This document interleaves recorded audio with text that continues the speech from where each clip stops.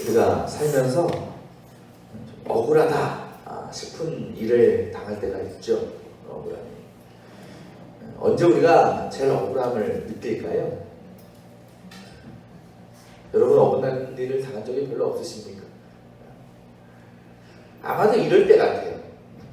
내가 하지 않은 일에 대해서 혹은 내 잘못으로 벌어진 일이 아닌 상황들에서 실제로 그 일을, 그 잘못을 저지른 사람 때문에 내가 같이 비난받고 피해를 받고 불이익을 받을 때, 그죠?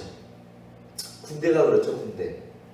군대는요 단체 행동이잖아. 단체 행동. 그래서 그런 거 하잖아요. 뭐 기합받거나 뭐 팔굽혀펴기 같은 거나 뭐 제자리 뭐 벌려뛰기 이런 거 할 때 마지막 숫자는 부르면 안 되잖아요. 그죠? 10번째 한다 그러면 뭐 하나 둘 셋 하나 이렇게 하는데 마지막 구호는 외치지 않는 게 법이거든요. 근데 꼭 외치는 놈이 있죠. 그죠? 그러면 걔만 나와서 혼나는 게 아니고 다 같이 혼나요. 다 같이 또 기합받고 그래요. 그러니까 그 사람을 제외한 나머지 사람들은 열 맞아 안 봐요. 열 맞죠? 억울해요 안 억울해요? 억울해요. 근데 우리 삶 가운데 그런 일들이 있다라는 거예요. 근데 제가 생각하면 지금 우리 한국교회의 상황이 그런 것 같아요. 지금 한국교회의 상황 속에서 저와 여러분들이 그런 억울함을 당하고 있다는 겁니다. 지금요 한국교회나 기독교나 뭐 목회자들 세상이 그렇게 사람들이 그렇게 막 좋게 봅니까? 아니죠. 손가락질하고 비난하고 욕해요. 그래서 기독교를 뭐라 불러요? 개독교라 부르고 목사를 뭐라 부르는지 아십니까? 먹사라 그래요. 먹사. 그냥 먹는 거 그거만 밝힌다고. 그러면서 비아냥대는 거예요. 또 그런 기독교를 믿고 교회를 다니고 목사를 따르는 성도들에게는요 아우 저 정신 나간 사람들, 미친 사람들 그렇게 욕을 한다는 거죠. 그러니까 그런 현실 속에서 우리가 신앙을 지키고 예수를 믿고 살아간다는 것이요 쉽지가 않아요. 어렵습니다. 그런데 여러분 왜 이런 일이 일어났습니까? 왜 우리가 이런 세상으로부터 비난을 받고 그래서 손가락질을 받아야 되는 거예요? 솔직히 말해서 저와 여러분이 뭐 그렇게 잘못했습니까? 아니죠. 그렇지 않아요. 오히려 몇몇 사람들, 흔히 말하는 대형교회 그런 목회자들, 그들이 저지른 어떤 부정과 잘못들 때문에 그 일부의 교회, 일부의 목회자, 일부의 성도들 때문에 저와 여러분 같이 참 신앙생활 잘하고 착하게 사는 사람들 정말 도매급으로 다 싸잡아서 비난받고 있는 거 아니겠어요? 여러분 그렇게 생각하면 억울합니까? 안 억울합니까? 억울하죠. 화나요? 안 나요? 화나요.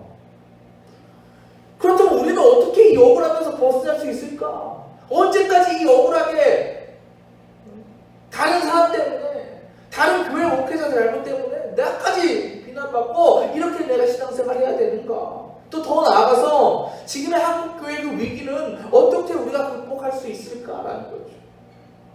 오늘 말씀에도요 우리와 같이 이렇게 너무나 억울한 사연을 가진 한 여인이 등장합니다. 성경은 그를 뭐라고 소개하냐? 과부라고 소개하죠. 그 과부는요 억울한 문제가 있었어요. 그래서 누굴 찾아가요? 재판관. 자신의 마을에 일을 관리하고 재판하는 재판관을 찾아가서 그 일을 토로합니다. 일반적으로 생각하면 이 과부의 억울한 문제가 진짜 억울하다면 해결할 수 있을까요? 없을까요? 해결될 수 있어요. 왜? 법으로 하면 되니까. 법에 따라서 정당한 판결을 내리면 되는 거예요. 그런데 그 일은 쉽지가 않았습니다. 왜 그러냐면 이 과부는요 유대인이 아니고 이방인 과부입니다. 그 당시에는요 유대인의 문제는 유대인 재판관에게만 의뢰를 해야 되고 이방인의 문제는 이방인 재판관만이 판정할 수 있었어요. 근데 당시 이방인 재판관은 누구였느냐? 로마로부터 고용된 일종의 월급쟁이 재판관 공무원이었어요. 근데 이런 그 이방인 재판관의 특징이 또 있습니다. 뭐냐? 이걸 밝혀요. 돈을 굉장히 밝힙니다. 이거의 문제에 있어서는 굉장히 악명이 높았어요. 그래서 그들이 사건을 판정함에 있어서는요, 어떠한 법조항, 증언, 증거 안 중요해요. 뭐만 중요할까요? 자기에게 뇌물 많이 주는 사람, 그런 사람들에게 유리한 판결을 내렸어요. 때문에 아무리 나쁜 짓을 많이 저지른 피의자가 할지라도요, 돈만 있으면 얼마든지 무죄 판결 받을 수 있는 거예요. 유전무죄, 무전유죄가 여기서 나옵니다. 그래서 당시 사람들이, 일반 서민들은 그 재판관들이 행하는 재판을 뭐라고 불렀냐? 강도재판이다, 이렇게 불렀어요. 강도재판. 오늘 말씀의 재판관이 그러한 사람이었어요. 그러면서 이렇게도 소개하죠. 2절에 그는 어떤 사람이냐? 하나님도 두려워하지 않고 사람도 존중하지 않는 재판관이다. 악질 중에 악질입니다. 재판관은. 한마디로 이 여인은 잘못 걸린 거예요. 번지수 잘못 찾아온 거예요. 또 과부잖아요. 과부가 어떤 사람입니까? 그 당시에 유대 사회에서 고아와 더불어 사람들로부터 가장 멸시받고 천대받던 사람들이었어요. 또한 늘 가난했습니다. 그런 과부가 이 재판관을 찾아서 억울함을 풀어달라고 호소하고 있는 거예요. 근데 그 내용이 뭡니까? 3절에 내 적대자에게서 내 권리를 찾아주십시오라는 그런 의뢰였어요. 그러니까 보면 아마도 그녀가요, 내 잘못이 아닌 일로 어떤 자신의 권리를 빼앗기고 어려움을 당하고 있었던 것 같습니다. 그죠? 그러니까 이 재판관에게 내 권리를 꼭 찾아줘서 내 억울함 좀 풀리게 해주십시오라고 애원하고 있는 거예요. 여러분, 이 재판이요, 의미가 있습니까? 의미 없죠? 하나만 한 재판이에요. 왜? 이 재판관은요, 절대로 이 과부의 편에서 문제를 해결해 줄 가능성이 없어요. 이 여인은 가난했기 때문에, 돈이 없기 때문에. 이 돈이라는 무기가 있어야 싸워볼 만은 한데 무기가 없어. 맨몸으로 전쟁 떠나가는 거예요. 근데요, 놀라운 일이 일어납니다. 어떤 일이에요? 재판관이 과부 문제를 해결해 준 거예요. 과부의 빼앗겼던 그 권리를 되찾아준 거예요. 어떻게 이런 일이 일어났습니까? 4절 5절에 나오죠? 한동안 들어주지 않고 있다가 뭐라 그래요? 5절에 이 과부가 나를 이렇게 귀찮게 하니 그의 권리를 찾아주어야 되겠다. 그래요. 이 여인은 가진 거 없어요. 돈도 없고 힘도 없고 남편도 없어요. 근데 그 과부가요, 유일하게 가지고 있었던 큰 무기가 있었습니다. 그게 뭔지 아십니까? 끈기, 진명이라는 무기였어요. 말씀을 보면 그 과부가 자신의 문제를 해결하기 위해서 재판관을 한두 번 찾아온 게 아니에요. 그죠? 3절 보면 재판관에게 줄곧 찾아갔다. 줄곧이란 말, 여러분, 이게 한두 번이겠어요? 일주일 몇 주겠어요? 제가 볼 때는 몇 달을 간 것 같아요. 몇 달을 매일같이 똑같은 문제를 찾아가서 들어달라고 애원한 거예요. 아마요, 이 재판관도요, 처음엔 어땠을까요? 들은 채도 안 했을 거예요. 또 몇 번 좋게 얘기했겠죠? 그러다가 알아듣게 얘기했겠죠? 좀 필요해. 알아서 해. 근데 그러면 그냥 무작정 오는 거예요. 나중에 욕을 했을지도 몰라. 강제로 쫓아냈을지도 몰라요. 보통 사람들 같으면, 여러분 같으면 그런 대접 받고 어때요? 안 가지. 차라리 내가 억울하고 말지. 내가 이런 대접 받으면서 내가 끝까지 내가 애원을 해? 안 해요. 더러운 거 치사해서 안 해. 그런데요, 이 과부는 포기하지 않았어요. 욕을 하든 소리를 치든 자기를 끌고 내쫓든 다음 날이 되면 여지없이 찾아가서 똑같이 문제를 내놓는 거예요.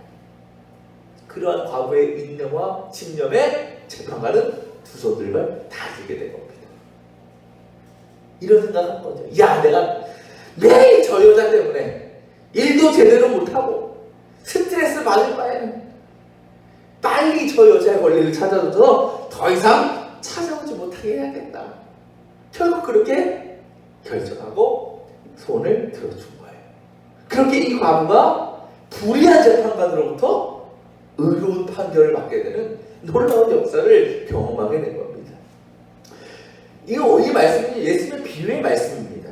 근데 1절 말씀 보면 예수님께서 이 비유를 왜 하셨는지를 목적이 분명히 나와요. 1절에 뭐라고 말씀하십니까? 늘 기도하고 낙심하지 말아야 한다는 뜻으로 비유를 말씀하셨다라고 그래요. 우리가 하나님 앞에 기도하면서 낙심할 때가 언제입니까? 기도가 응답되지 않을 때죠. 더 정확히 말하면 내가 기도하고 바라는 대로 하나님께서 이루어지지 않을 때, 아무리 열심히 기도해도 응답되지 못한다고 생각할 때 우리는 절망과 낙심에 빠지게 되고 더 나아가서 하나님을 의심하게 됩니다. 그러다가 결국은 기도하기를 포기한다는 거죠. 그런 우리에게 오늘 예수님은 비유를 통해서 포기하지 말고 끝까지 기도하라고 말씀하셔요. 그러면서 뭐라고 말씀하시냐? 주님은 저 불의한 재판관도 자신을 끝까지 찾고 구하는 과부의 소원을 결국 들어주는데 하물며 자신에게 부르짖는 택하신 백성의 기도를 모른 채 하시면 내버려 두시겠느냐라고 우리에게 반문하고 계시는 거예요. 진짜. 여러분, 이것은 예수님께서 하나님을 그 재판관과 비교해서 말씀하시는 게 아니에요. 비교 대상이 아니죠. 그죠? 어떻게 불의한 재판관하고 신실하신 하나님을 비교할 수 있겠습니까? 어떻게 보면 이것은 하나님과 재판관을 완전히 대조적인 위치에 놓는 거예요.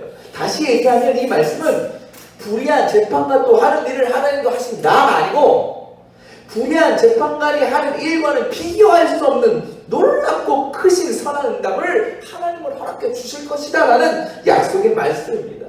그렇다면 이것이 우리에게요 너무나 좋은 말씀 아니에요? 정말 말 그대로 복음 아니겠습니까? 이제 우리는요 그 과부처럼 하나님을 끝까지 찾고 기도하면 모든 기도가 응답된다라는 거예요. 할렐루야. 근데 여러분 오해하지 말아야 될 게 있습니다. 어떤 분들은 또 어떤 목사님들은 이 말씀하시면서 기도의 응답을 우리가 흔히 얘기해 자신의 소원, 자신의 바람 이런 것들이 이루어지는 것으로 생각합니다. 그렇게 설교를 합니다. 그러니까 끝까지 하면 이루어져. 바라는 거 다 이루어져. 물론 그것도 우리에게 중요하고 좋은 일입니다. 하지만 저는 오늘 말씀을 묵상하면서 또 설교를 준비하면서 주님께서 말씀하시고자 하는 메시지, 핵심적인 건 무엇일까를 생각해봤어요. 근데 저에게는 딱 들어온 단어가 있었습니다. 그게 뭐냐? 여인이 요구한 그 요구 조건. 그게 뭐예요? 3절. 내 적대자에게서 내 권리를 찾아 주십시오라는 거죠. 또 7절 말씀에 나오죠? 하나님께서 자기에게 밤낮으로 부르짖는 누구의 권리? 택하신 백성의 권리를 찾아주신다. 이게 정말 들어오더라고요. 택하신 백성의 권리다. 저는 이 말씀 보면서 이게 뭘까? 택하신 백성의 권리라는 게 뭘까? 한번 생각해 봤습니다. 그랬더니 그러면서 저는 이렇게 결론 내렸어요. 그것이 뭐냐? 이 땅에서 살아가는 그리스도인으로서 우리가 마땅히 누리고 행해야 될 무언가가 바로 그 권리다라고 생각했어요. 근데 그 권리가 뭐냐? 이 세상 속에서 하나님의 백성으로서 하나님의 자녀로서 하나님의 크신 능력을 드러내며 사는 것, 그게 우리의 뭐다? 권리다. 하나님께서 택하여 세워주신 부여하신 권리다라는 거예요. 그래서 그 일을 통해서 세상과 사람들이 하나님과 우리 그리스도인들을 두려워하고 그 앞에 굴복해서 주님 앞에 나오게 하는 것, 이게 그리스도인의 권리를 사용함을 통해서 드러나게 되는 역사다라고 저는 생각하게 된다는 거죠. 근데 현실은 어떻습니까? 현실은 아니죠. 하나님의 백성으로서 권리를 우리는 누리지 못하고 있어요. 드러내지 못하고 있습니다. 앞서 말씀드린 것처럼 오히려 그 권리를 완전히 잃어버렸어요. 그래서 세상의 큰 조롱과 비난으로 어려움을 당하고 있습니다. 이런 상황 속에서 우리는 스스로를 돌아보며 이렇게 물어봐야 됩니다. 이 땅의 그리스도인의 권리, 하나님 나라의 회복을 위해서, 하나님 나라의 영광을 위해서 나는 얼마나 기도했는가라는 거죠. 우리가 드리는 기도의 제목들은 거의 대부분 개인적인 소망입니다. 개인적인 바람을 이루어주시길 원하는 기도입니다. 그것도 어떻게 보면 솔직히 기도라기보다는 통보에 가깝습니다. 내가 원하는 게 이것이니 그대로 해주시오. 하지만 우리가 하나님 앞에 드려야 될 진짜 기도는, 참된 기도는 그런 게 아닙니다. 절대 우리의 기도 가운데 내 개인적인 사용과 유익을 앞세워서는 안 된다는 겁니다. 우리가 주기도문 고백하잖아요. 거기에 맨 처음 나오는 게 뭡니까? 하나님의 이름이 거룩히 여김을 받으시기를 원하는 기도. 또 이어서 하나님의 뜻이 이 땅 가운데 이루어지기를 원하는 기도를 드려야 된다는 거예요. 기도뿐이겠어요? 우리가 하나님을 믿는 이유, 예배하는 이유, 신앙생활 하는 이유, 그 모든 일들의 유일한 이유는 목적은 한 가지예요. 하나님의 영광이다. 오늘 주님은 우리에게 그 기도를 하나님 앞에 드려라 라고 요구하고 계십니다. 지금 우리는요, 하나님께서 택하신 그 그리스도인의 권리를 점점 잃어가고 있습니다. 그러면서 그것을 몇몇 대형교회, 몇몇 목사들 탓으로 돌리면서 억울해합니다. 그런데 정말 그럴까요? 정말 나에게는 그 어떤 책임도 없는 것일까요? 아닙니다. 우리에게도 큰 책임이 있어요. 바로 그들을 위해서, 그리고 우리가 그리스도인의 권리와 하나님 나라의 회복을 위해서 기도하지 못한 것이라 그 책임입니다. 더 나아가 우리는 그 일을 바라지도 원하지도 않았습니다. 그런 우리가 어떻게 그 잃었던 하나님의 택하신 백성 그리스도인의 권리를 찾을 수 있겠습니까? 또한 하나님의 영광을 이 세상 가운데 드러내는 능력의 삶을 우리가 어떻게 살 수 있겠냐는 거예요. 오늘 주님은요, 그런 우리를 향해 이렇게 외치십니다. 8절 말씀. 인자가 올 때에 세상에서 믿음을 찾아볼 수 있겠느냐. 여기서 인자가 올 때란 마지막 재림의 때, 종말의 때를 가리킵니다. 바로 지금 우리가 살아가고 있는 이 시대를 가리킨다는 겁니다. 그때의 주님은 이러한 믿음, 곧 하나님 나라의 영광과 회복을 위해서 기도하는 그 믿음의 성도들이 얼마나 있겠느냐라는 말씀이에요. 이거는 예수님의 질문이 아닙니다. 그때가 올 것을 미리 아셨어요, 예수님은. 그래서 큰 애통과 슬픔 가운데 부르짖는 주님의 절규입니다. 그리고 그 부르짖음의 탄식은 지금 우리들, 이 시대의 성도들을 향한 것이기도 하다는 거죠. 여러분은 지금 이 세상에서 하나님의 백성, 그리스도인으로 누릴 수 있는 그 놀라운 특권을 소유하고 있습니까? 세상과 사람들이 여러분을 보면서 감히 비난과 조롱을 내뱉지 못하는, 여러분을 높이고 인정하는 그런 능력의 삶을 살고 있습니까? 만약 그렇지 못하다면 그 권리가 우리에게 다시 회복될 수 있도록 그를 위해서 하나님 앞에 기도하고 있습니까? 끝까지 믿음의 삶을, 그 기도의 삶을 걸어가려는 인내와 끈기와 열정이 있습니까? 우리 그리스도인들에게는요, 먹고 사는 문제, 인간관계 문제 다 중요합니다. 그를 위해서 기도해야 됩니다. 하지만 우리가 아무 문제 없이 잘 먹고 잘 살아야 된다 해도 우리가 그리스도인으로서 하나님과 세상 앞에 바로 서지 못한다면 세상적으로 누리는 모든 것들은 의미가 없는 겁니다. 그렇게 되면요, 오히려 세상으로부터 더 큰 비난을 받아요. 더 큰 비웃음을 받고 더 큰 조롱을 당하게 될 뿐이라는 거죠. 사랑하는 여러분, 하나님이 택하신 우리 성도들의 능력은요, 돈이나 명예나 권력에 있지 않습니다. 우리 그리스도인들이 세상을 변화시키고 사람들로부터 인정받고 높임받을 수 있는 방법은 한 가지밖에 없습니다. 뭡니까? 하나님 백성으로서 잃었던 권리를 회복하는 거예요. 찾아오는 겁니다. 곧 하나님께서 택하신 세우신 거룩한 존재로서 하나님의 뜻과 영광을 위하여 우리의 삶을 내어 드리는 것입니다. 여러분, 지금의 교회의 현실을 보면서 탄식하지 마십시오. 몇몇 교회 목회자들 때문에 나도 욕먹는다, 손가락질 받는다, 억울해하지도 마십시오. 우리가 할 일은 그저 우리가 잃어버린 성도의 특권, 하나님의 나라와 영광이 회복되는 그 날이 올 때까지 포기하지 않고 그를 위해서 주 앞에 기도로 나아가는 것입니다. 그 삶을 살아가는 것입니다. 오늘 주님은 그 기도의 사람을 찾고 계십니다. 그리고 그들을 통해서 자신의 역사를 만들어 가신다는 겁니다. 우리 머리둘 게 모든 성도들이 그를 위하여 힘써 기도하고 또 그렇게 다시 회복된 그리스도인의 권리를 교회와 세상의 회복, 변화를 위하여 귀하게 사용할 수 있는 그런 믿음의 성도들이 모두 될 수 있기를 축원합니다. 기도하겠습니다.